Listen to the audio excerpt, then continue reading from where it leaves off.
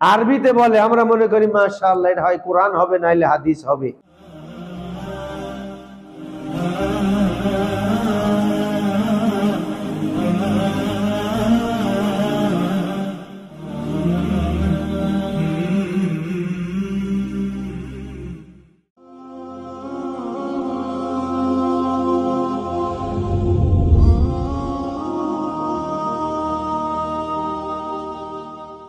আল্লাহর রসুলকে এই কথাটা বলেছেন? যদি না বলে থাকে অন্য জনে আরবিতে অনেক কিছু বলে দিছে, কিন্তু আসলে সেটার প্রমাণ নাই, সনদে বের পায় না যে এর শেষ পর্যন্ত ক্বালা ক্বালা রাসূলুল্লাহ সাল্লাল্লাহু আলাইহি সাল্লাম, এই শেষ পর্যন্ত ক্বালা ক্বালা রাসূলুল্লাহ সাল্লাম পর্যন্ত নাই, তাহলে সে কথা আল্লাহ রসুলের কথা বলে প্রমাণিত হবে না। সে যেই বলুক, আরবিতে অনেক হাদিস আছে যেগুলো বানাইছে আপনার আমার মতো মানুষ যারা আরবি বুঝে। আমরা সাধারণ মানুষ বুঝি না। কি বুঝি ভাই? আমরা বুঝি না।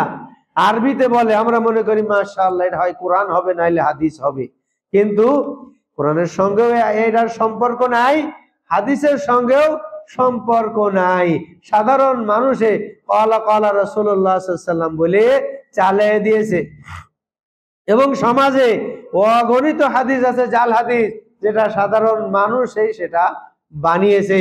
আসলে সনদের দিক দিয়ে ইমাম বুখারী, ইমাম মুসলিম, অন্যান্য আইম্মারা সনদে ঘাটতে ঘাটতে গিয়ে দেখছে যে এর সনদ আল্লাহ রসুল পর্যন্ত যায় নাই। তাহলে যে সনদ আল্লাহ রসুল পর্যন্ত যাবে না, সেই সনদ সেই কথা আল্লাহ রসুলের কথা বলে কি মানা যাবে ভাই?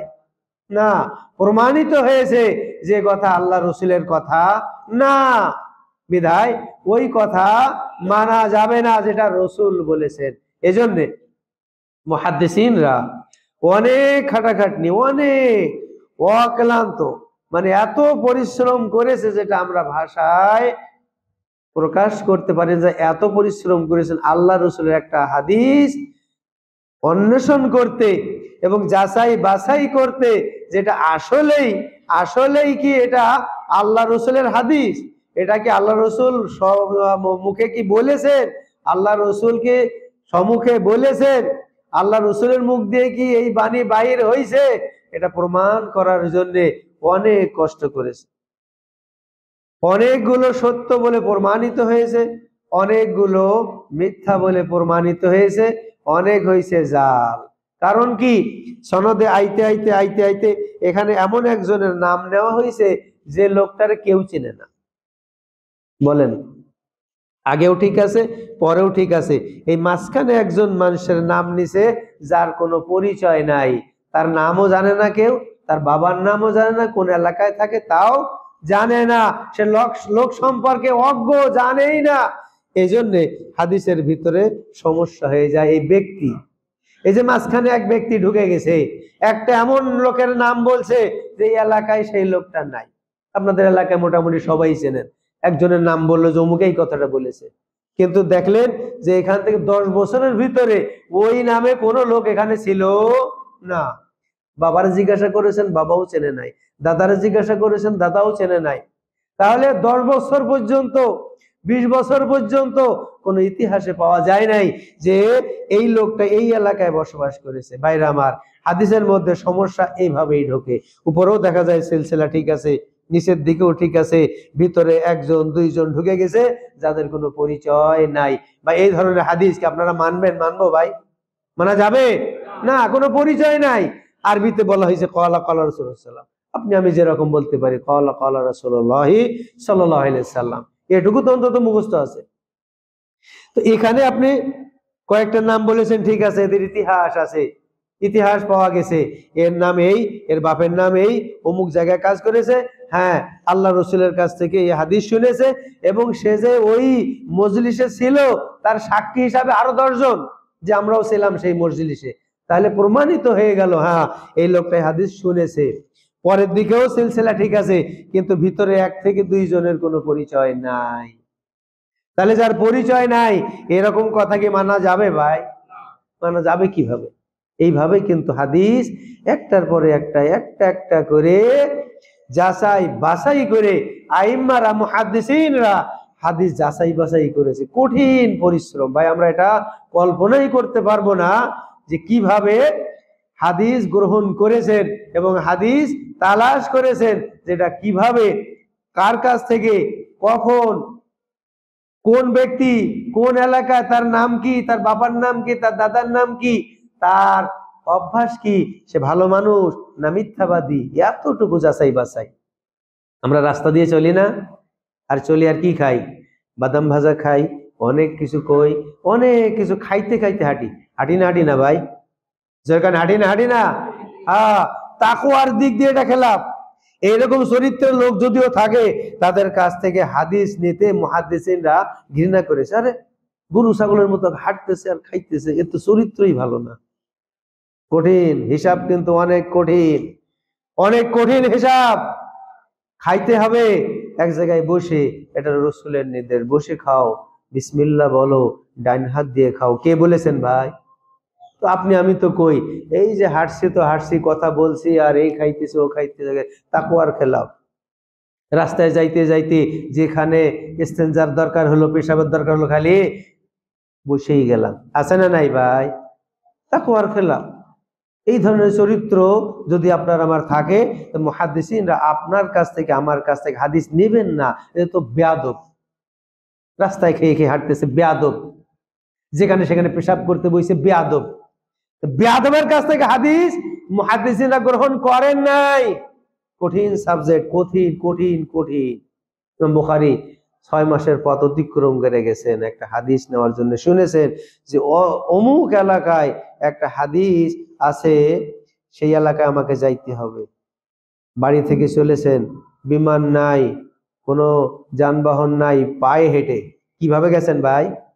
পায়ে হেঁটে। হাঁটতে হাঁটতে হাঁটতে হাঁটতে হাঁটতে চলে গেছেন সেই এলাকায়। অমুক নামের খুঁজতে খুঁজতে সেই বাড়িও পেয়ে গেছেন। বাড়িতে যাওয়ার পরে জিজ্ঞাসা করলেন, অমুক কি বাড়ি আছে? বলে না, উনি মাঠের দিকে গেছে। সেই মাঠের দিকেই গেলেন। যাওয়ার পরে খুঁজতেছেন কি কি কি, দেখে যে এই দূরে একজন মানুষ, ওখানেই উনি গেলেন, তার কাছেই গেলেন। হাতে একটা খালি পাত্র, সে তার ঘোড়া বা গাধাকে আয় আয় বলে ডাকছে। আমরা করি না ভাই? আমাদের বাড়ি অনেক ছাগল থাকে, গরু থাকে, পালি, এদিকে আয় আয় করি। ইমাম বুখারী তার কাছে গেলেন, পরিচয় হলো ইনি সেই ব্যক্তি যার কাছে মুহাম্মদুর রাসূলুল্লাহ সাল্লাল্লাহু আলাইহি সাল্লামের একটা হাদিস আছে। কয়টা ভাই? কয়টা হাদিসের জন্য গেছেন? কতদিন অতিক্রম করে? 6 মাসের পর একটা হাদিস নেওয়ার জন্য। পরিচয় নিয়ে দেখলেন যে ইনি সেই ব্যক্তি যার কাছে আল্লাহ রসুলের একটা হাদিস আছে। শেষ পর্যন্ত পরিচয় হলো যে আমি আপনার কাছেই আসছিলাম আল্লাহ রসুলের একটা হাদিস নেওয়ার জন্য, কিন্তু যেহেতু আপনি ধোঁকাবাজ। কি কইলেন? এই যে গরুরে ধোঁকা দিয়ে দিলেন আপনি, আপনার এই পাত্রে কিচ্ছু নাই, অথচ আয় আয় করলেন, আর ও খাওয়ার জন্য চলে আইছে। ধোঁকা দিছে না? তো আপনার মতো মানুষ, আপনার মতো চরিত্রওয়ালা মানুষ আল্লাহ রসুলের হাদিসের ভিতরে ধোঁকাবাজি করবে না, এ বিশ্বাস আমি আমার ইমাম বুখারীর নাই। তাই আমি তোমার কাছ থেকে হাদিসটা নিলাম না, আমি আবার আমার বাড়িতে, আমার বাড়ির রাস্তায়, আমি আবার আমার গন্তব্য স্থানে আবার চললাম। আল্লাহু আকবার। আল্লাহু আকবার বলবেন না? কি চিন্তা করেছেন? হাদিস এমনি এসে গেছে। আমরা অনেকে বলি, ও হাদিসের মধ্যে কত কি হইছে, এটা ঠিক নাই, এই নাই সেই নাই। আপনার মতন আর আমার মতন মানুষে হাদিস একত্রিত করে নাই। তাদের চরিত্র পড়লে আপনি আশ্চর্য হয়ে যাবেন, যেটা সম্ভব কিভাবে। এই যে দেখলেন, একটা হাদিস নেওয়ার জন্য এত পথ অতিক্রম করে গেলেন, কিন্তু তার চরিত্রে দেখলেন যে ধোঁকাবাজ। এই ধোঁকাবাজের কাছ থেকে হাদিস নিয়ে আমি বুখারী শরীফের ভিতরে হাদিস স্থাপন করতে পারবো না। আমি তো তার চোখের সামনে দেখলাম একটা গরুরে ডাকতেছে আয় আয় করে, ও তো আসতেছে খাওয়ার জন্য। আরে আশ্চর্য, তুমি এমনি ধরতে পারতে, আয় আয় করলা কা? সে তো অবুঝ, সে তো বুঝতেছে তোমার তার মালিকে কিছু খাওয়ার জন্য তাকে ডাকছে, অথচ এসে দেখে যে কিছু নাই। ধোঁকাবাজি করছে না ভাই? জোরে কান করছে না? সাবধান। আমরা অনেকে আমাদের ছোট বাচ্চাদেরকে অনেক প্রতারণামূলক, আশ্বাসমূলক অনেক কথা বলি। সাবধান হতে হবে। ইমাম বুখারীর আর একটা চরিত্র দেখবেন, লঞ্চে সফর করছেন, ওনার কাছে ইমাম বুখারীর পিতা অনেক টাকাওয়ালা লোক ছিলেন, অনেক ধনী, ছেলের জন্য অনেক কিছু রেখে গেছেন, টাকা খরচ করে এলেম শিক্ষা করেছেন। জাহাজে বা স্টিমারে সফর চলছে ইমাম বুখারী রাহিমাহুল্লাহ। এক পর্যায়ে ওনার কাছে কিছু আশরাফি ছিল, এরকম কয়েন আমাদের দেশে এখন চলে। উনি এক পর্যায়ে ওটা বাহির করলেন, বাহির করার পরে উনি গুনতেছেন। আমরা অনেক সময় রাস্তাঘাটে করি না, করি না? টাকা গুনতে থাকে। ইমাম বুখারী রাহিমাহুল্লাহ তার আশরাফিয়া গুলো গুনলেন, সে টাকাগুলো গুনলেন। এক শয়তান দূর থেকে সেটা পর্যবেক্ষণ করছে যে এতগুলো টাকা তার কাছে রইছে। কিছুক্ষণ পরে হইহুল্লোড় শুরু করে দিল যে আমার কাছে এতগুলো আশরাফি ছিল, টাকা ছিল, এখানে আমার কি হয়েছে? ডাকাতি হয়ে গেছে, মারিং হয়ে গেছে, পকেট মার হয়ে গেছে। ইমাম বুখারী চিন্তা করলেন এই অঙ্কের টাকা তো আমার কাছে আছে। ঘুমাচ্ছেন নাকি? কান খুলে শুনেন। ইমাম বুখারী রাহিমাহুল্লাহ চিন্তা করলেন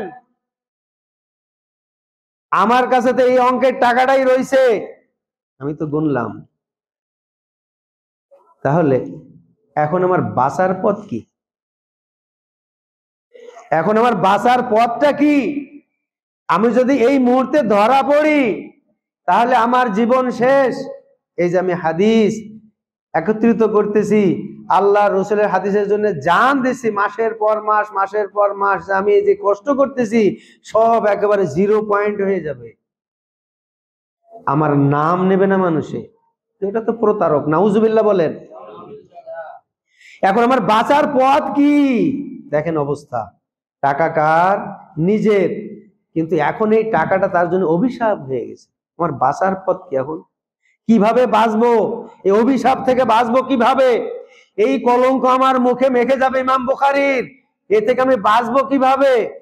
অনেক চেষ্টা করলেন, আল্লাহর কাছে সাহায্য চাচ্ছেন, আল্লাহ, আল্লাহ তুমি আমারে বাঁচাও, আল্লাহ আমি তোমার নবীর হাদিসের খাদিম হিসাবে আমি চেষ্টা করতেছি, আল্লাহ আজকে যদি এই মুহূর্তে আমি ধরা পড়ি, আল্লাহ তুমি জানো যে টাকাটা আমার। টাকাটা কার? আল্লাহ তুমি জানো যে টাকাটা আমার, কিন্তু এই মুহূর্তে এই অঙ্কে টাকা যদি আমার কাছে পাই, আমি ইমাম বুখারী 1000 বার যদি বলি যে টাকা আমার, এই টাকা আমার, তাহলে এই জাহাজের লোকেরা মেনে নিবে না। আরে তোমার কাছে টাকা এই লোক জানলো কিভাবে? একটা প্রশ্ন হয় না, হয় না? কিন্তু উনি যে গুনছেন, সে শয়তান তো বসে বসে পর্যবেক্ষণ করতেছে এবং গুনেই রাখছে যে এত অঙ্কের টাকা। ইমাম বুখারী আল্লাহ রাব্বুল আলামিনের কাছে সাহায্য চাচ্ছেন আর চিন্তা করতেছেন এই টাকাটা আমি কিভাবে পানিতে ফেলে দেবো। আল্লাহু আকবার, জোরে বলেন আল্লাহু আকবার। আমার জীবনকে বাঁচানোর জন্য, কলঙ্কের হাত থেকে আমি ইমাম বুখারীকে বাঁচানোর জন্য একটা পন্থা রয়েছে, সেটা হলো এই অজান্তে অনেক একেবারে নির্জনে গিয়ে আমার টাকাটা আস্তে করে পানিতেই ফেলে দিতে হবে। এবং উনি অনেক চেষ্টা করতেছেন যে কিভাবে, কেউ যদি দেখে ফেলে তাহলে তো বিপদ, যে উনি কি ফেলে দিল, আর এক বিপদ না, কি ফেললেন উনি। যাই হোক, অনেক চেষ্টা করে, চেষ্টা করতে করতে করতে এক পর্যায়ে আল্লাহর নাম করে পানিতে ফেলে দিলেন। কেউ দেখতে পায় নাই। দেখেছেন কে ভাই? আল্লাহ দেখছেন। ইমাম বুখারী আল্লাহ রাব্বুল আলামিনকে রাজি খুশি করার জন্য, আল্লাহ রসুলের হাদিস একত্রিত করার জন্য বাহির হয়েছে।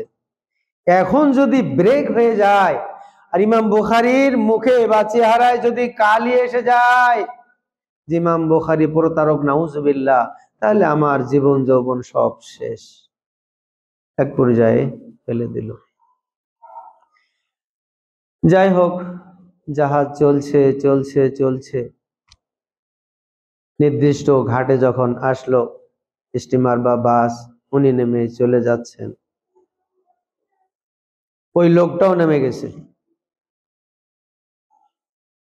এক পর্যায়ে তাকে প্রশ্ন করা হলো যে আপনার কাছে তো এই অঙ্কের টাকাটা আমি দেখছিলাম, কিন্তু আপনি এই টাকাটা করলেন কি?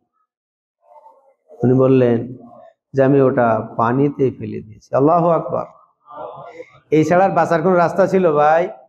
তল্লাশি শুরু করতে করতে করতে করতে যদি আপনার ব্যাগের ভিতরে, মানি ব্যাগের ভিতরে পাওয়া যায় যে 10 লাখ টাকা, এই যে পাওয়া গেছে মাশাআল্লাহ, সবগুলো 100 টাকার নোট, আপনি হাজার বার যদি বলেন যে টাকা আমার, এ টাকা আমার, কেউ মেনে নিবে না। এর জন্য আল্লাহর আশ্রয় চেয়ে তিনি আস্তে করে সমুদ্রে ছেড়ে দিলেন।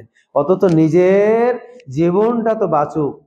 আমি আমি যে আল্লাহর পথে কাজ করতেছি, আমার উপরে যাতে কলঙ্ক না আসে। কি না আসে ভাই? খবরদার, কলঙ্ক থেকে বাঁচার চেষ্টা করতে হবে।